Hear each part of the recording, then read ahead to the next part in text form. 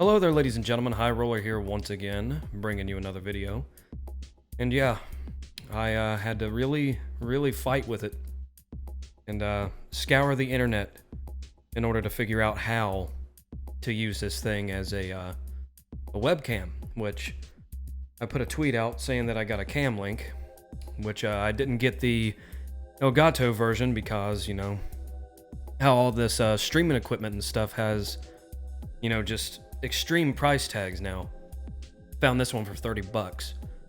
And it does literally the same thing, 0 latency, and that means I'm happy, you know. And even if it doesn't turn out to be very good for this camera here, you know, it's better than my Elgato because my Elgato has like literally, it has a 3-second delay on it, whereas this one has 0 delay. So that means, you know, you ever see those videos to where somebody's playing a game on a console and they react before you see what happens? That's why, because the latency issue. So with this one, there's literally 0 latency. Like if I move my hand, my hand's moving. Complicated shit, right? So, you know, I have to experiment around with some of my lenses. I got wide angle lenses. This here is just the basic zoom lens. I also have, I have a studio lens and I have a wide angle. I'm going to screw around with both of those, see which one works better, which one looks better, and go from there, because this field of view, like I'm looking at it on my display over there, like it's not as wide. So zoom ins and stuff like that aren't going to be, I guess, as cinematic, I guess you could say. Yeah, there's that.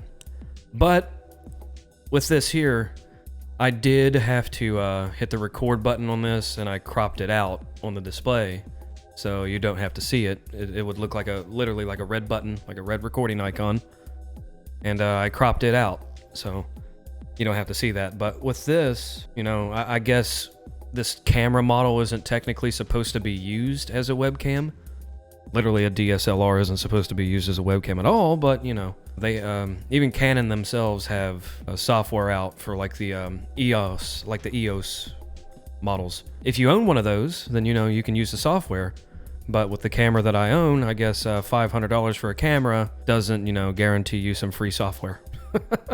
So with this, I don't know if the display is going to crap out or what, but generally when I record using this camera, it does 15-minute intervals.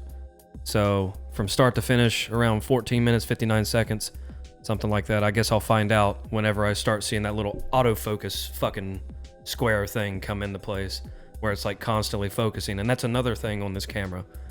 A lot of the other models, I guess, I don't know if they're newer or older, but they had a feature to where you can turn that continuous autofocus off.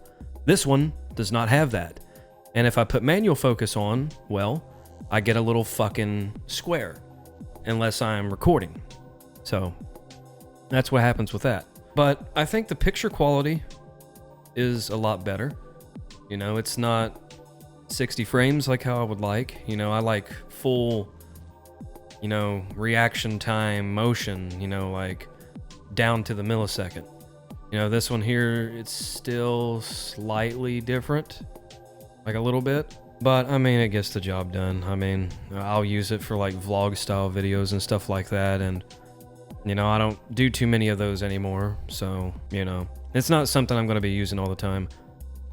But since I did get this capture card, I may get another one. I don't know, that depends if they stay $30 or not. But with this here, like I'm getting my money's worth out of it, because you know, I spent $500 on this thing and I haven't used it for anything since I bought it, other than, you know, a couple of those cooking skits that I've done.